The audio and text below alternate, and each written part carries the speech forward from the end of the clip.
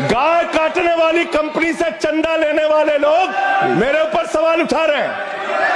संजय जी आप गली गली में शोर है, संजय जी नरेंद्र मोदी चोर है। नरेंद्र मोदी का दोस्त अडानी बांग्लादेश को बिजली सप्लाई करता है, आप विषय पर बिजली सप्लाई करता है। प्रधानमंत्री पर आपने भारत की बिजली चोरी करके, भारत की बिजली चोरी करके बांग्लादेशियों का घर रोशन करते हो। संविधान पर बोलिए संजय जी, हमें क्या बता रहे हो? धर्मनिरपेक्षता से इनको मतलब नहीं है।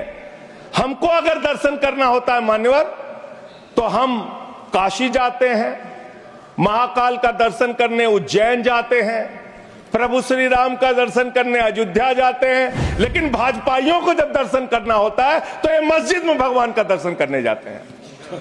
मस्जिद में भगवान का दर्शन करने जाते हैं, मस्जिद में मंदिर खोज रहे हैं पूरे देश के अंदर। ये भारत खोदो योजना चला रहे हैं देश में, भारत खोदो योजना।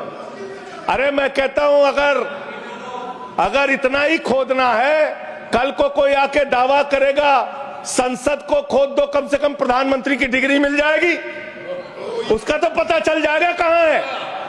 संसद खोद दो। आपके लड़के कतर के शेखों के साथ बिजनेस करेंगे, दुबई के शेखों के साथ बिजनेस करेंगे, यहां मुसलमानों के खिलाफ हिंसा की बात करोगे। अगर जेल वेल की बात करोगे ना, जिस दिन सत्ता परिवर्तन होगा एक भी आदमी बाहर नहीं दिखेगा। फिर ऐसी बातें मत करो, आपस में बात नहीं संजय ये जी, धमकी देने की बातें मत करो। संजय जी आपस में कोई विषय पे बोले, विषय बोले।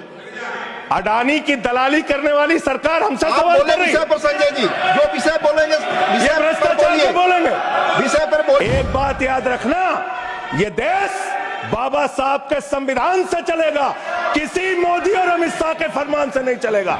याद रखना इसको, याद रखना। तुम्हारा गठबंधन ईडी से है, ईडी से तुम्हारा गठबंधन, सीबीआई से तुम्हारा गठबंधन। यहां इंडिया गठबंधन है, वहां ईडी गठबंधन है। भ्रष्टाचार के खिलाफ जब बोलते हैं भाजपा के लोग, तो लगता है ओसामा बिन लादेन अहिंसा पे उपदेश दे रहा है। ये भ्रष्टाचार के खिलाफ बोलेंगे। 3,02,000 करोड़ रुपए का ठेका इन लोगों ने इलेक्टोरल बॉन्ड के नाम पे लिया सर। जेल 3 घंटे ईडी सीबीआई दे दो, सबको भेज दूंगा। चलो दे दो ईडी सीबीआई। आप बोलते हैं, प्रवोक करते हैं, आप इसे पर बोलिए। ये सब चीजें नहीं जाएंगी, ये सब चीजें नहीं जाएंगी रिकॉर्ड पे, प्लीज।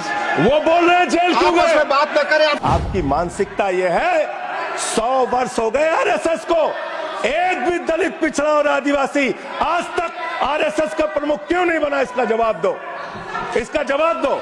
आप नफरत करते हैं दलितों से, पिछड़ों से, आदिवासियों से।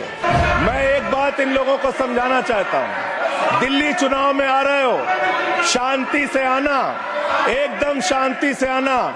यहां पे अगर गंदी राजनीति की, हिंदू मुसलमान किया, तो हमने दिल्ली वालों को सिखा दिया है। जब तुम कहोगे हिंदू मुसलमान, वो कहेंगे स्कूल अस्पताल, स्कूल अस्पताल, स्कूल अस्पताल।